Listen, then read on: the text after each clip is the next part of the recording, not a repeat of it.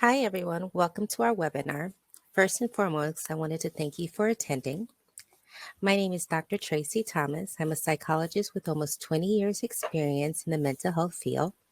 I've worked with many individuals, couples, families, and children. I hope that this webinar will be helpful to you. For those who don't know, Circles is a leading platform for emotional support that ensures no one has to overcome life's challenges alone. It is built on the core principle that in order to overcome life's challenges, you need to be heard and supported by people who actually understand what you're going through. Our platform matches people who are going through the same challenges in their lives, such as grief. Each circle is led by a mental health professional, such as ourselves, and together members support each other throughout their healing process. Before we officially get started, I just want to mention a few logistical things. This is a webinar, meaning there is a one-way audio and video, so you can see us and hear us, but we can't see you or hear you. That being said, we do want to hear from you, and we will answer any questions or comments you may have. If you have any questions for us, you can submit them through the box on your screen. So let's get started.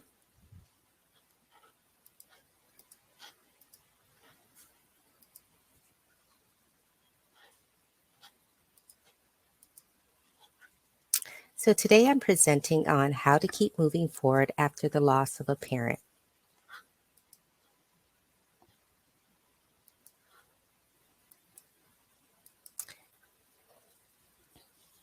Although we know the death of a parent is inevitable, the loss of a parent can leave an immeasurable sense of emptiness and pain that seems impossible to heal, even if the death was expected. Losing the support, guidance, and love of your parent feels like missing a part of you.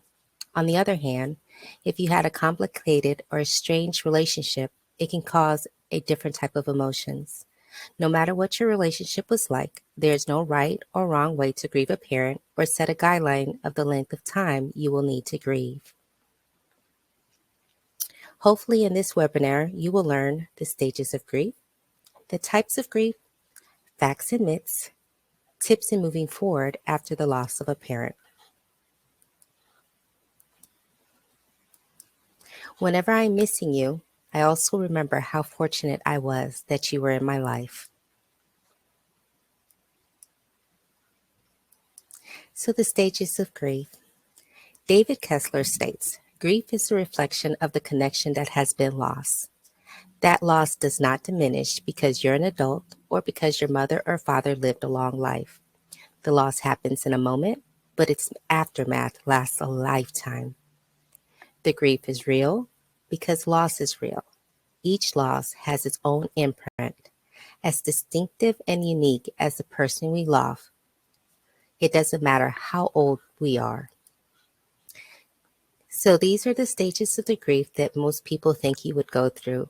But in my experience, it looks exactly like the side here on the right.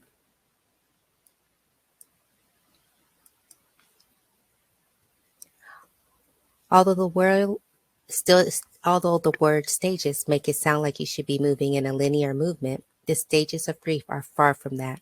It's an ebb and flow and can feel like a roller coaster. You have to allow yourself to experience the emotions until it is over. These stages are not in order, and not everyone experiences each stage, and everyone will have a different experience during these stages. The first stage that we'll talk about is denial. That's feeling numb or shocked. Denial is the brain's way of coping with the excruciating pain. It helps us to cope and take the time we need to move forward. Give yourself grace in the denial stage, as we can only handle so much. With each realization of the truth of the passing, it is another step towards in your healing process. Anger. It is easier to be angry than sad. You have to be willing to feel it. Anger is affirming that you can feel and that you loved and you lost. Anger is also a sign that you're progressing.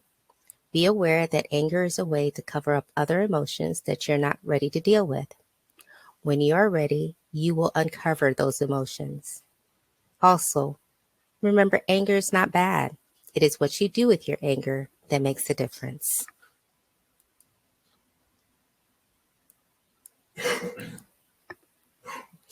Bargaining. During this stage, we typically ask ourselves, if this, or if only, or what if? This avoids putting off the reality of the passing as we want our parent back. Some people feel guilty during this stage, which is important to resolve. Bargaining is another step in reclaiming normalcy.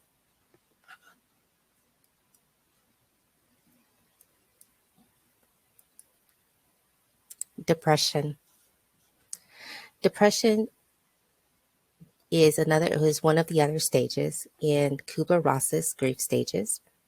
It identifies depression while grieving as, according to Dr. Zissok, the sad thoughts and feelings typically occurring in waves or bursts followed by periods of respite, as opposed to the more persistent low mood and agony of major depressive disorder.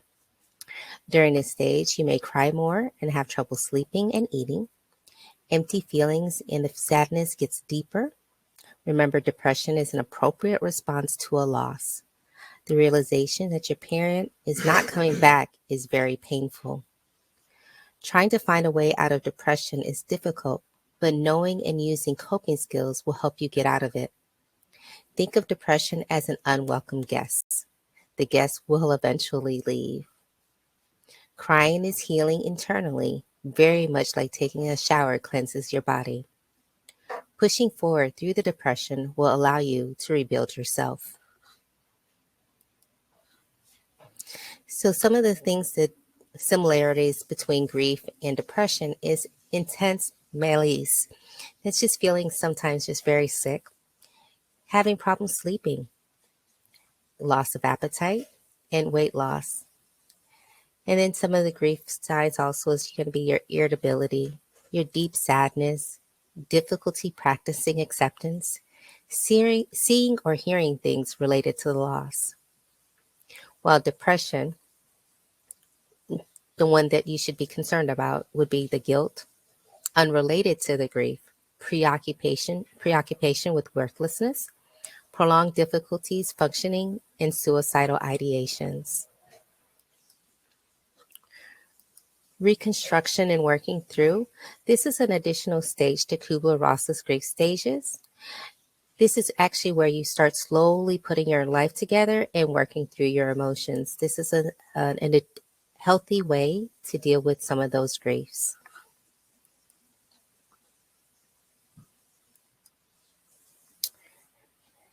Acknowledgement and acceptance. Kubler-Ross identifies the final stage as acceptance, although this stage could be considered acknowledgement because not everyone can accept the fact that you've lost someone. But it's easier to acknowledge that the person is gone. Even though you're still grieving, you will be able to move closer to your new reality. Understand that you will not be the same and that the death of a parent transforms you. As you heal, it brings you closer to who you are and who your parents were. The depth of the love that you feel is everlasting. We can develop deeper relationships and connections with others through this process. No one will replace your parents. Living again can be a testimony to your love for them.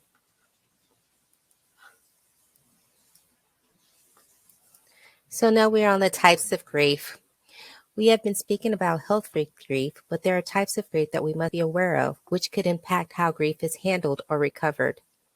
Today, we will only focus on complicated grief, anticipatory grief, and unresolved grief as it relates to the loss of a parent. Complicated grief. Per Dr. Scheer, complicated grief is defined as a form of persistent, pervasive grief that does not get better naturally. It happens when some of the natural thoughts, feelings, or behaviors that occurred during acute grief gain a foothold and interfere with the ability to accept the reality of the loss. Complicated grief causes you to be stuck in a state of grief. It increases the risk of physical and mental health problems like major depression, anxiety, sleep issues, suicidal ideations and behaviors, and physical illness. So, some of the symptoms of complicated grief also are intense sorrow and pain over the loss of the loved ones, constant rumination, which is constant worry about and focus on the loved one's death, inability to accept the loved one's death, numbness, detachment, or bitterness over the death, loss of meaning or purpose in life, inability to enjoy life, carry out normal routines, or recall pleasant memories, belief that you caused or could have prevented the death, and feeling despondent or wishing you died along with the loved one.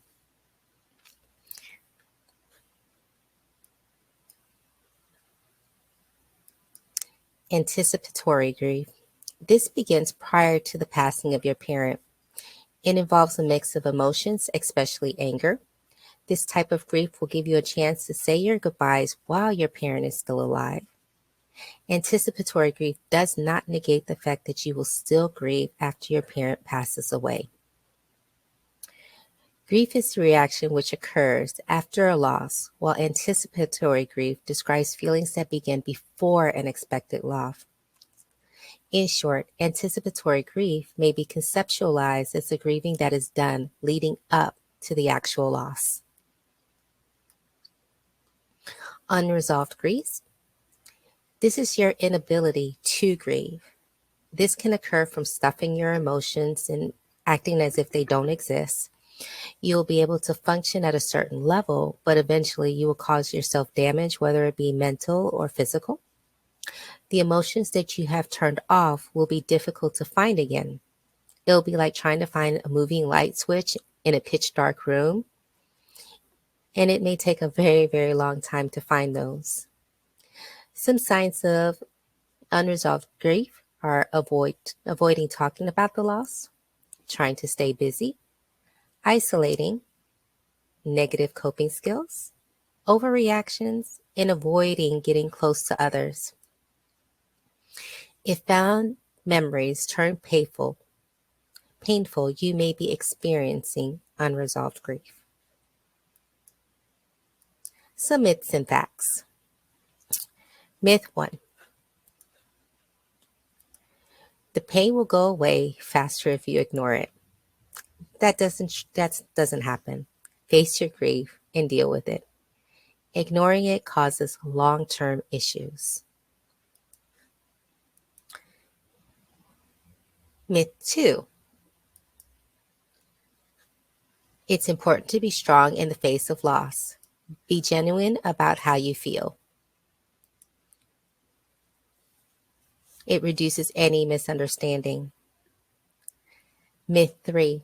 If you don't cry, it means you aren't sorry about the loss.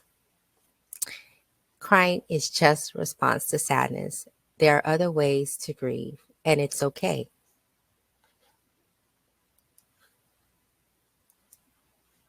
Myth 4. Grieving should last a year. Take as much time as you need. There's no rule on how long grief lasts. Some people will grieve for a short period of time, and some people may take years. The feeling of loss may never go away. But the hope is that you can move forward. Myth 5. Moving on with your life means forgetting about your loss. Fact. Moving on means that you have taken the steps to develop a new normal. The memory of the person can still be an integral part of who you are.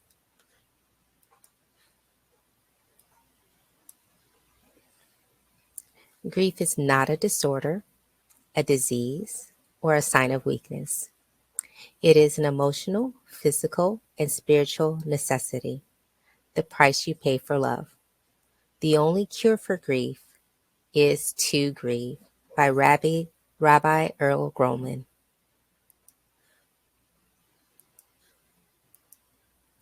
So some tips to move forward.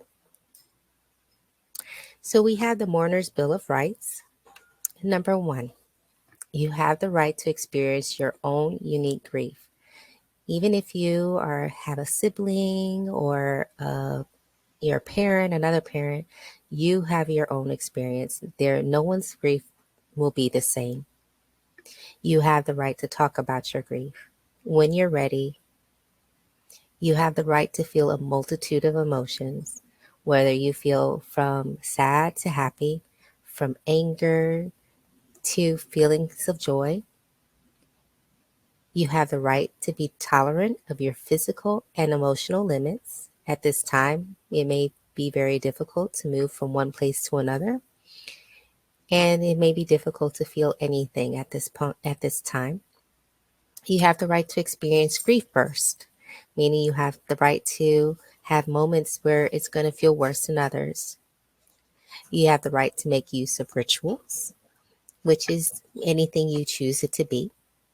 You have the right to embrace your spirituality, which is dealing with your own, which we will further talk about, dealing with your own spirituality, any religion leaning towards higher power. You have the right to searching for meaning in your life. You have the right to treasure your memories. You have the right to move towards your grief and heal.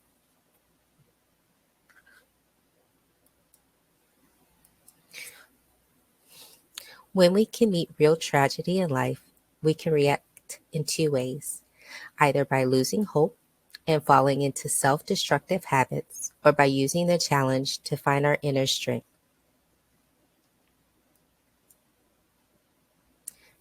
Tips to moving forward. Your feelings are valid.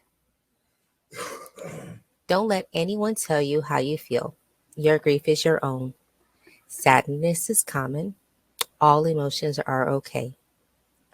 Grief is the gateway to experiencing complicated and sometimes conflicting emotions. Your parent represents a part of your identity, no matter if they were your biological parent, adopted parent, or they chose to raise you. It is only natural to struggle or experience difficulties when they are no longer here.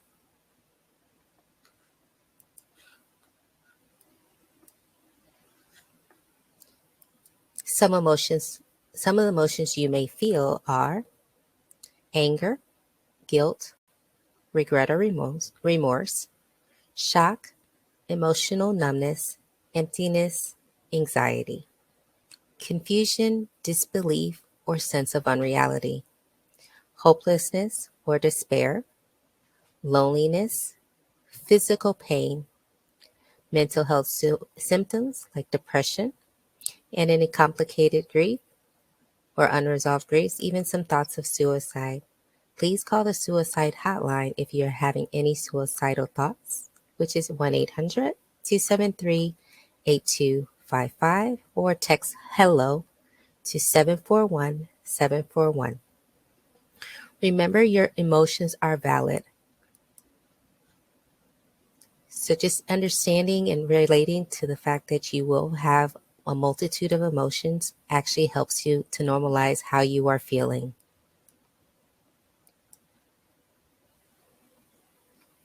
Part of this process is letting yourself completely experience the loss no matter how long it takes.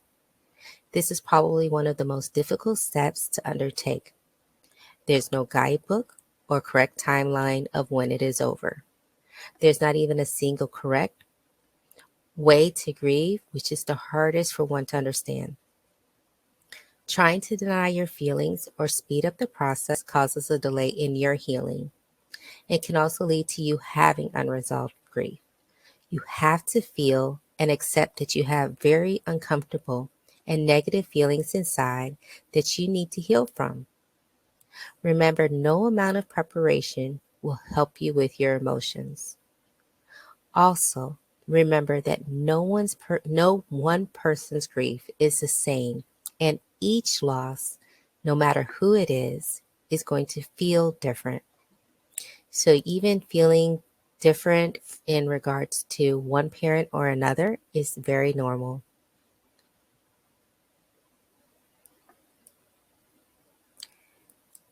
Take care of yourself. Grief impacts your every aspect of your life. Your emotions can change suddenly and without any warning. You might have problems sleeping, increase or decrease of an appetite, irritability, poor concentration, or a desire to increase alcohol or substance use. You also might notice it is difficult to take care of your day-to-day living, such as your basic needs. Also, taking care of your parents' affairs can feel overwhelming. Some people take comfort at work, but remember, take care of you first. Finding a balance and prioritizing your health are the keys to taking care of your well being.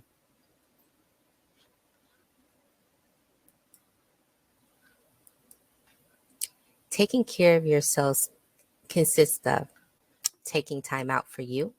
Never feel guilty for taking time to heal. Getting enough sleep. Sometimes extra rest is actually what you need. Avoid skipping meals.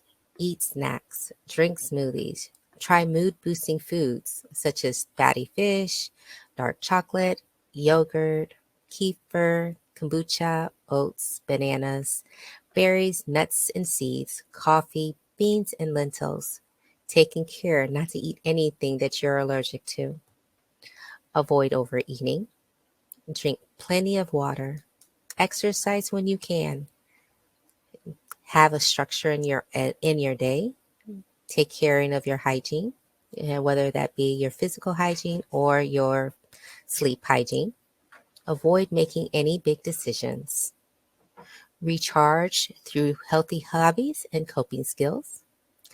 Meditating, such as mindfulness meditations to aid in learning the flow of your feelings. Journaling.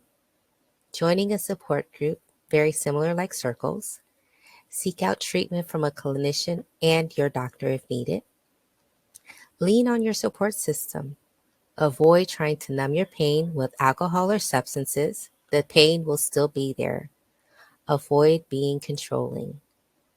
At this point, you feel like you've lost control of your life, so it's easier to want to control other people. Remember that is not what others need, and that's not what you need. Lean on others at this time. Be patient.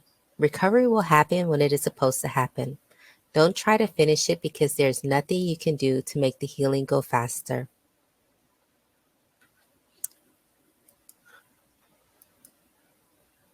Share your memories. When you're ready, share your memories of your loved one. Tell stories to friends and family. Look at pictures when you are ready. Write your loved one a letter. If you did not have a good relationship with your loved one, or if it was traumatic, remember to seek out help to process your emotions. This is the time to forgive. Holding on to the anger and resentment is causing you further hurt and delaying your healing.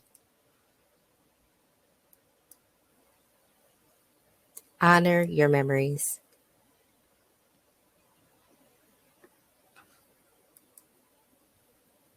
Make a difference in your honor, or make a difference in honor or memory of somebody special by doing something that will actually help memorize them, such as or memorialize them, such as creating a video of your loved one, planting a tree, adopting a pet, volunteering or community service, donating money or starting a foundation and giving out scholarships, or even starting new traditions. Forgive your parents. Whether you're angry with your parents for passing away or for some unresolved hurt or trauma, forgive them. We must move forward. Some things may be difficult to forgive, but ask yourself what the pain and resentment is doing to you. Work out your negative emotions with a professional. Remember that your family and friends are biased, so they are limited in their ability to help. Forgiveness is the power that breaks the chains of bitterness and anger and sets you free from the shackles of your own prison. Forgive yourself. Forgive yourself for whatever you have guilt about. No parent-child relationship is perfect, and whatever happened is in the past. You are still loved and were loved. Recognizing that the past is finished and unchangeable, you can release the guilt and focus only on the good times, which is what your parents would want for you. Forgiveness heals. Draw comfort from your faith. Your spirituality can offer solace. Feeling connected to a higher power can be very comforting. Praying, meditating, and going to religious services may help you more than you know.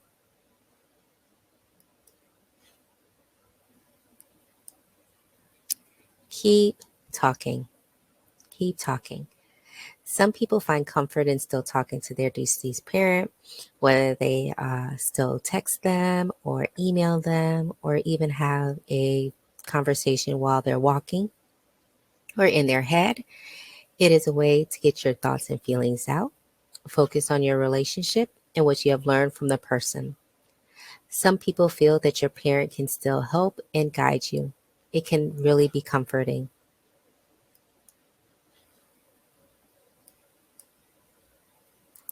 Avoid isolating yourself. Isolation is a protective factor and it is adaptive when you have minimal energy to focus on anything besides yourself. There's a fine line between temporarily disengaging and long-term social and emotional withdrawal, which will lead to depression. Actively choose small activities and do them. It will sometimes be difficult to do, but it's important to follow through. You will be invited to things, and it's going to be important for you to go if you have the energy to go so, energy to do so. If you don't have the energy to do so, understand that it's your limitation. But please try to go to any little activities that you make a conscious effort to make plans to do. Please follow through, as this will help you to get moving through it. Let others comfort you. Friends and family may not know how to comfort you or what to say, but their presence alone can be a source of comfort. They usually are at a loss on what to do, so tell them what you need. They do not see it as a burden or an obligation. They see it as showing you how much they love you. If you're not sure if they have the capacity to help you, just ask. The more honest you are about your sadness, the more people will respect your needs. Please let them know what you need, and please be willing to tell them, hey, this is what I need at this time, or I want to be around you, or I don't need to. Sometimes sitting in silence is all that you need, and it's okay. Family relationships may change. Some relationships will be more strained, while others will be strengthened. Be aware that all changes are not negative in the long run, although it may feel like another loss. Try to strengthen the family relationship if it is important to you. You may have to reach out more or create healthy boundaries. Most importantly, understand what you need and what you can do.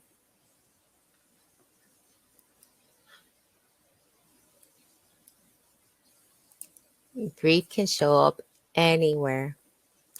Prepare for grief to show up in different important events, anniversaries, holidays, birthdays, or other significant events can cause your grief to reappear. Anniversary reactions can last for days at a time, or in more extreme cases, much longer.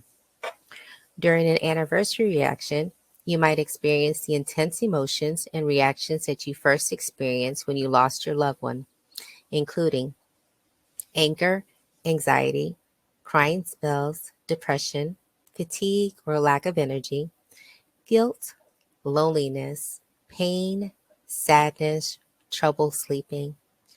Anniversary reactions can also evoke powerful memories of the feelings and events surrounding your loved one's death. This is normal. Just remember to feel these as it is part of the healing process.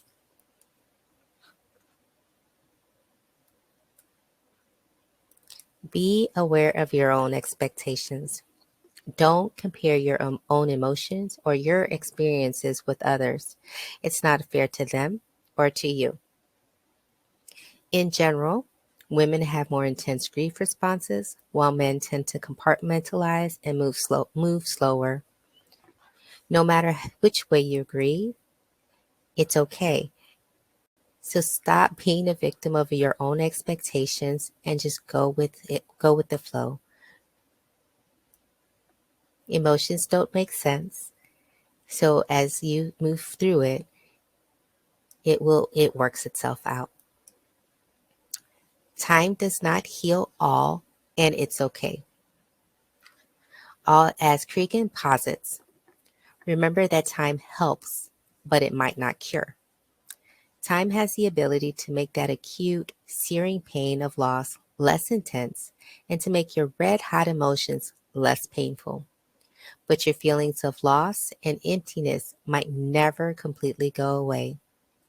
Accepting and embracing your new normal might help you reconcile your losses. So sometimes you will always have that ache with the loss of your smile. And it's okay because what happens is that your body will very much like a scab. It scabs over and then if you hit it, it bleeds again. Everything takes time.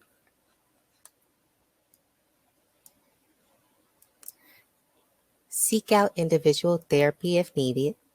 Therapy is for everyone. If you find that you feel that you're stuck in that emotions and you can't move forward, or you notice you've got a complicated grief, it's okay to be able to talk to someone else who's a professional who has more has experience, you don't feel biased, and who's an objective person towards your feelings. Because if you need help with the coping skills, that's what they're there for. Consider a support group. A support group will provide you with a different fulfillment that you can't get from family and friends. They help to normalize your feelings as you are connected with others who are going through something similar as you at the same time. The members are also more objective than your support system. You all find a shared understanding and validation of your experience and emotions. The support groups, like the ones that circles have, are matched based on what you all are going through. So you will be matched with someone who is needing help and needing you, and maybe you have more experience than they do, and maybe they have more experience than you do. So it is actually to help and show that you care and to give you some guided support and even give you some advice of what has helped for them, and also to reduce some of the feelings of loneliness and um, feeling alone. Accept the new you. The passing of a parent will change you. It's not for better or for worse. It is a change. The same that heart that is shattered will get stronger. Live the life that makes you happy. It is the ultimate gift. Okay. And sometimes what you will find is that grief can feel worse at night. At night is when there are less distractions and you may be having a difficult time sleeping. To help with your grief at night, plan some evening and nighttime activities such as books, arts, or other activities to busy your brain. Remove stress in the evening. Journal. Reach out to friends at night. Work on your sleep hygiene. Go to bed at the same time. Complete your nighttime routines around the same time if possible. Avoid alcohol and caffeine before bed. Avoid screen times, phones, iPads, uh, television, and computers. And don't go to bed too early because that'll keep you up even more. It's normal to feel like you have insomnia during this time.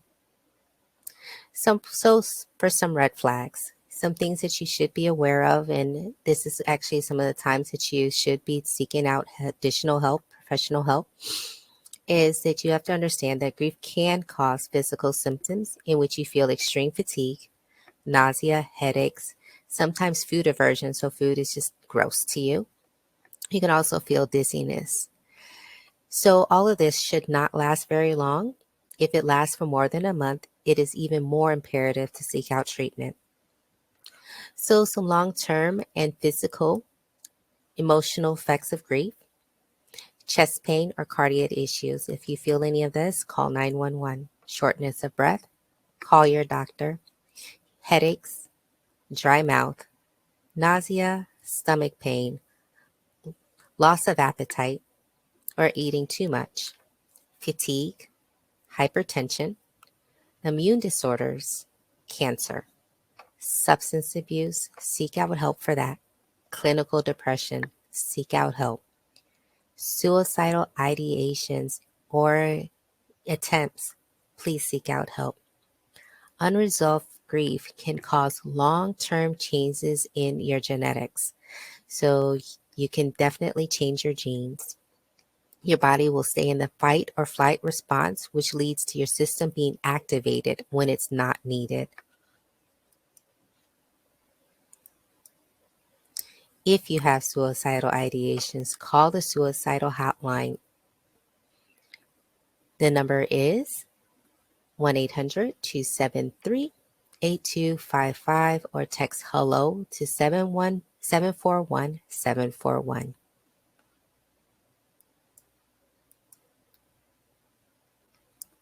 So be aware of negative coping styles. When these behaviors are consistently used to avoid and numb, then they become problematic. A behavior should be considered a vehicle for negative coping when it prevents a person from learning how to deal with the painful emotions and experiences related to their grief. So some positive coping skills would be acknowledging the death. You don't feel extremely lonely or empty. You can feel emotionally connected to others and believing life still has meaning, and retaining a sense of self-efficacy. Some negative coping skills would be you're having trouble acknowledging the death. You feel extremely lonely and empty. You're emotionally isolating from others. You have suicidal thoughts. You're preoccupied with worthlessness. And you're enduring sleep and disturbances. Well, difficulty falling asleep, difficulty staying asleep, or waking up early. So when some of the maladaptive versus adaptive behavior with is staying in the house for weeks. So this is not healthy at all for you. While engaging in your normal social activities, and it doesn't have to be right away, but within a shorter period of time, is adaptive. And partying every night is definitely maladaptive because that's just a way of trying to numb the pain. So when it comes to work, not showing up for work or working more than 90 hours a week, those are all maladaptive. Adaptive, which would be your normal work week, which would be 40, 50 hours a week. Some people even work closer to 60. Those are adaptive behaviors. But the goal is to continue to attend work as normal. So consult your doctor. Talk to your doctor if you have any of the following: trouble keeping up with your routine, like going to work and cleaning your house, feelings of depression, thoughts that life isn't worth living or harming yourself, or an inability to stop blaming yourself. These are these are definitely things that you want to talk to your doctor about because your doctor has ways to help you and to uh, help you cope or to even refer you to more treatment.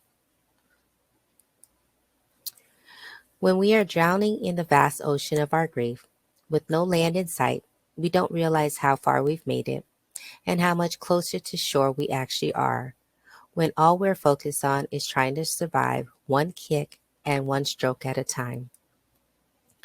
We cannot control the process of grief any more than we control the loss from happening. This is a transformative time where you're learning patience, effort, and perseverance.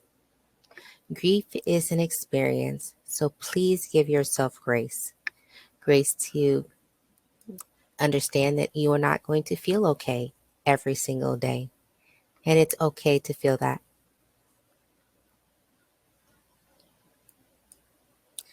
So I also have concluded some references in some books. So some of the books that would recommend is to help with it would be Remembering with Love, Messages of Hope for the First Year of Grieving and Beyond. How to Grieve Like a Champ, Healing After Loss. These are going to help with some of the daily meditations that that you can start incorporating in your life that will help work through your grief. Grieve Day by Day. This is going to be some simple practices and daily guidance for living with loss. The Orphaned Adult. This is sometimes when you feel like you've just lost your parents and you don't have either one of them. So this will help you understand and cope with the grief and change after the death, loss of a parent. So, this is going to be for some adult grief when parents die. It's okay that you're not okay. So a lot of times in our society, we believe that we should be okay when, or others should be okay after a certain period of time, but that's not true. You just take your time. Comfort for the Grieving Adult's Child's Heart. And this is like some hope and healing after losing your parent. This is by Gary Rowe. So this is just going to help with that as well. So healing your heart. And this is another 100 practical ideas that you can try after your parent dies. So some other coping skills as well. The Sudden Loss Survival Guide. And I wasn't ready to survive, wasn't ready to say goodbye.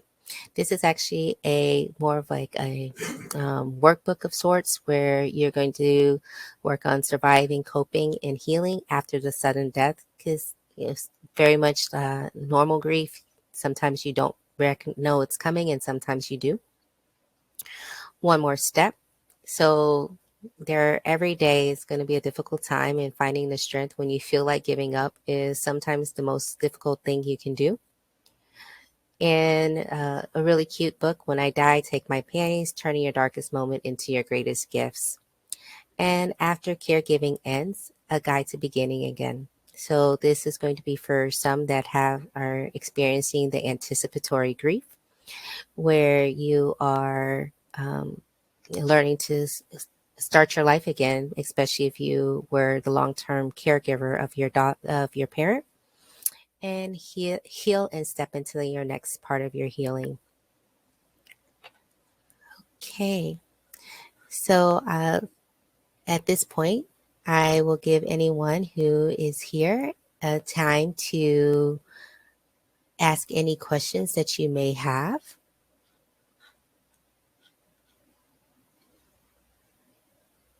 So let me see if there's any questions.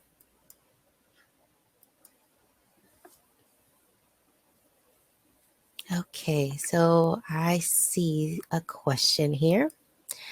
And one of the questions that I see here is, how do you find the strength to recover after a loss of a parent? And my advice to you would be take one step at a time, because when it initially happens, you will feel like you don't have the strength to move forward, and to always lean on your support system.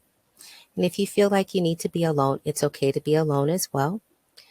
Just try not to isolate yourself.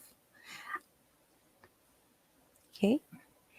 And here's another question. I see a question from Sarah. Sarah is asking, how do you know when you're done grieving?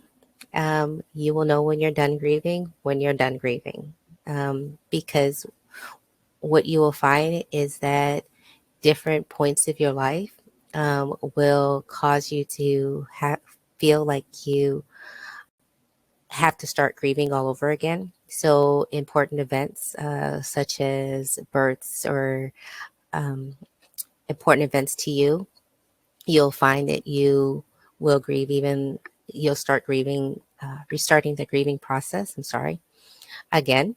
And so that's okay. Understanding that sometimes those moments will last for a very short period of time, and sometimes it may take a little bit longer. The first year is always going to be hardest because of the fact that everything is there's one. It's the first.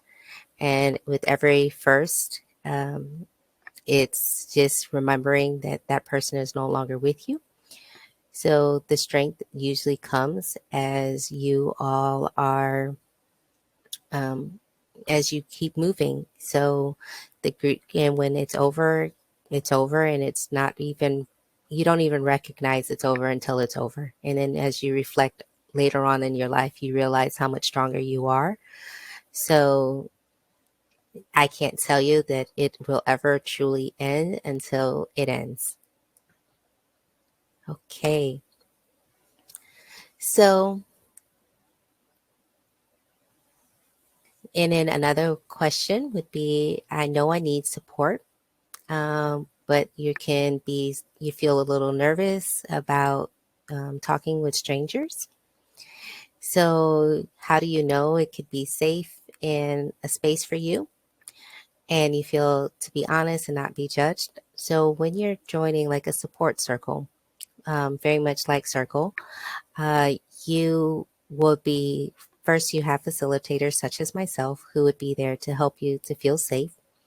And you also have to remember everybody is going through some of the same exact feelings that you're going through. So it's actually normal, um, and actually going to feel like you can be honest and open with everyone else, because as you are grieving and you're feeling sad, they're also grieving and feeling sad as well. And it is a safe place. And we do try to make sure that you are never feeling judged throughout this entire time. So, unfortunately, that's all the time we have for today. I want to take a moment to thank you for being here with me. I would like to also thank you for attending even more and participating. I hope you are leaving today feeling better, having taken the first step on your healing journey. Now that you've taken that first step, an amazing second step would be to join circles. You'll have a group of people who not only know exactly what you're going through, but are going to support you every step of the way. With that being said, we have a special offer for you using the code new 2022, and I will actually show it.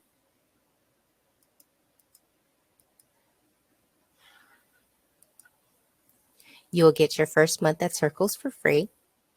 You'll receive an email shortly with all the details and how to join. And starting now, you no longer have to deal with your heartache alone. Thank you again for joining, and have a great rest of your day.